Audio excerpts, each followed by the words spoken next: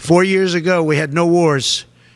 You didn't have Russia going into Ukraine. They wouldn't have done it. They weren't even thinking about it. When they saw what happened in Afghanistan, I think they gave them an idea, but they wouldn't have done it. They would have never gone. President Putin would have never gone in. And now you look at all those people are dead. All those cities are destroyed. You know, it's nice to say they want their land back, but the cities are largely destroyed. They've left Kiev because probably maybe they want to use it or occupy it, but they haven't done it. They've done a lot of damage. But throughout the entirety of Donald Trump's candidacy, we talked about how unfit he was to hold the office he has now won again, not just because of his attacks on our democracy, not only because of the failures of his first term, but because of his cognitive decline, which became clearer and clearer every day on the campaign trail. And it is abundantly clear now, because in the few and far between press conferences and speaking engagements Donald Trump has done since the election, he's really just starting to show how more and more every single day he's really losing his grip. Not that he ever really had it, but he specifically did when asked a question at a press conference today that really set him off and really just had him lose all control. And we are going to get into that meltdown. But before we do, if I could quickly ask you to leave a like on this video, and if you haven't already, to hit that subscribe button. It goes a long way, and it really means the world to me now. Before we get into the question Donald Trump was asked by a reporter, I want to start with a bit of a rambling from this press conference right here. Like out of nowhere came the China virus. Out of nowhere came other things we don't want to have. You know, when I left, we had no wars. We had no problems. The Middle East was good. We did the Abraham Accords. We did things that nobody thought were even possible. But think of it, 4 years ago, we had no wars. You didn't have Russia going into Ukraine. They wouldn't have done it. They weren't even thinking about it. When they saw what happened in Afghanistan, I think they gave them an idea, but they wouldn't have done it. They would have never gone. President Putin would have never gone in. And now you look at all those people are dead. All those cities are destroyed. You know, it's nice to say they want their land back, but the cities are largely destroyed. They've left Kiev because probably maybe they want to use it or occupy it, but they haven't done it. They've done a lot of damage, but relatively compared to the other cities, very little.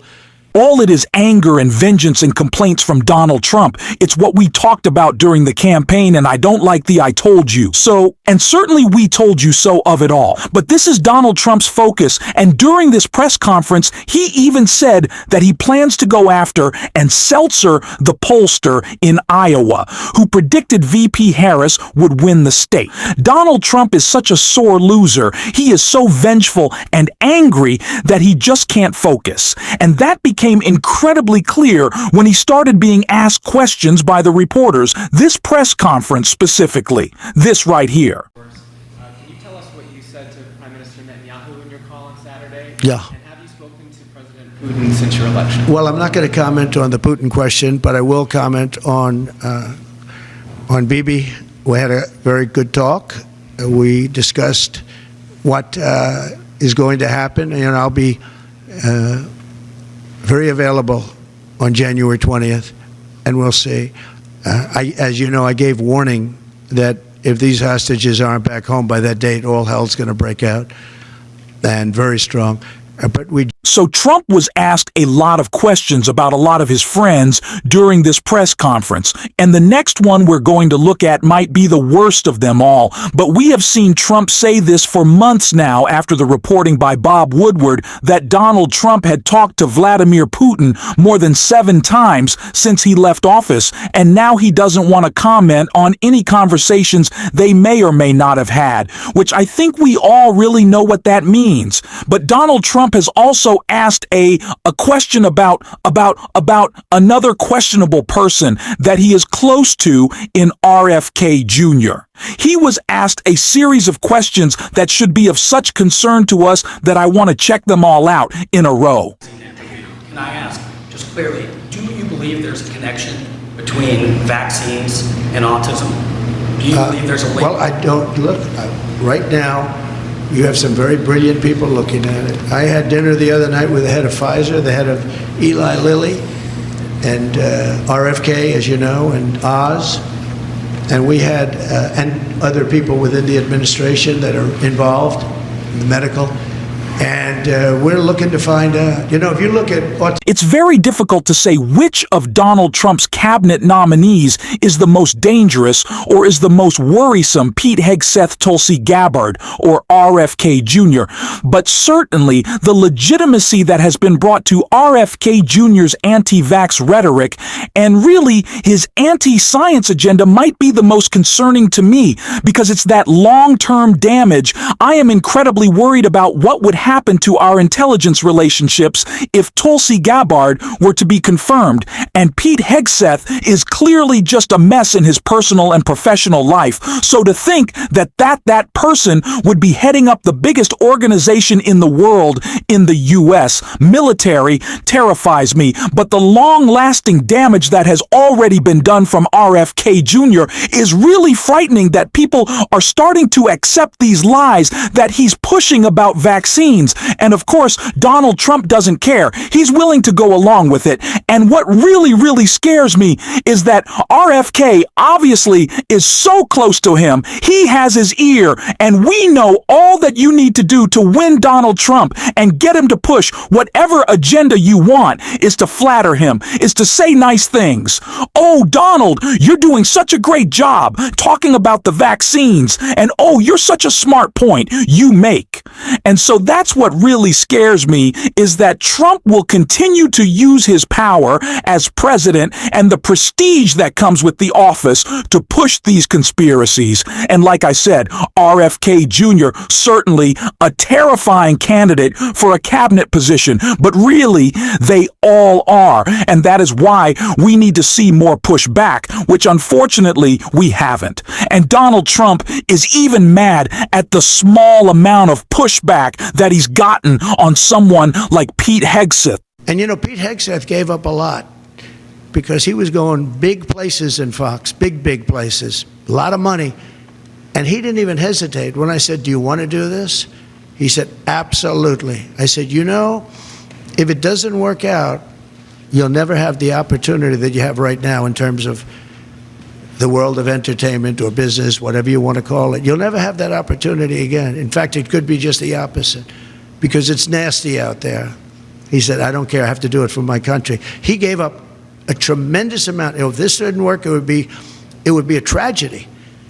But that's what he loves. He loves the military. I never talked to him about anything else. He'd talk about the military. He'd come to see me. I don't know what Donald Trump thinks Pete Hegseth was doing it. Fox, he wasn't hosting the nightly news. He wasn't in a primetime spot. He was a weekend anchor. Donald, late in the morning on Fox and Friends, he was just hanging out. Pete Hegseth has been such a disastrous mess in his professional life that he's been booted out of organizations and gotten in trouble out of at work constantly. And now we want to put this guy in charge of the U.S. military. I don't know what big things and big money Pete was going to get into, but it can't be as big as the job that he is potentially about to take on, which I don't think anyone in history has been less qualified for a cabinet position than Pete Hegseth is. And I know that some conservatives will say, well, he's a veteran that qualifies, that's not what it's about. I'm sure there are thousands, if not tens of thousands of veterans who are much more qualified than Pete Hegseth, who would tell you that they don't know how to run the U.S. military, the entirety of that organization. And considering that Pete Hegseth likes to, put a couple of back on the job, I think that makes it a little bit more difficult. But that's never stopped Donald Trump. Someone's personal failings, as we can see when he was asked about Eric Adams right here. Pardoning Eric Adams? Yeah, I would. Yeah. I think that he was treated pretty unfairly. Now, I haven't seen the gravity of it all, but it seems, like being upgraded in an airplane many years ago. I know probably everybody here has been upgraded. They see you're all stars, and they say, I want to upgrade that person from NBC. I'm going to upgrade him. And that would mean you'll spend the rest of your life in prison. I don't know. Somehow, I'd have to see it because I don't know the facts. I think he was treated, it's very interesting. When he essentially went against what was happening with the migrants coming in. And, you know, he made some pretty strong statements like, this is not sustainable. I said, you know what, he'll be indicted soon. And I said it not as a prediction, a little bit lightheartedly, but I said it. I said, he's going to be indicted. And a few months later, he got indicted. This is the really scary thing about the Trump presidency, and we're going to try to talk about it on the show as much as we can, and it's that we're already seeing business leaders, the corporate media, and even some Democrats, which I don't even think you can accurately apply that term to Eric Adams anymore, be the need to Donald Trump, because they know they can get favors out of him for praise. That's what Eric Adams has been doing. He was railing against the Biden administration coming out against Vice President Harris because he knew that if Donald Trump was elected, he could probably get him to pardon him. And that's what we're going to see from a lot of elected officials or those in power and business, is that they know that they can skate by on corruption as long as they can, curry favor with Donald Trump. So it's not just going to be inside the administration, but the people on the orbit, on the outside, who are using Donald Trump, and how easy it is to win him over, as we've seen with dictators who are trying to get off. And we have to call that out. And we're going to every single day on this show. And if you want to support that, as always, you can hit that subscribe button. You can leave a like on this video. And if you stuck around at the end, you can drop a blue heart in the comments. And until next time, I'll see you soon.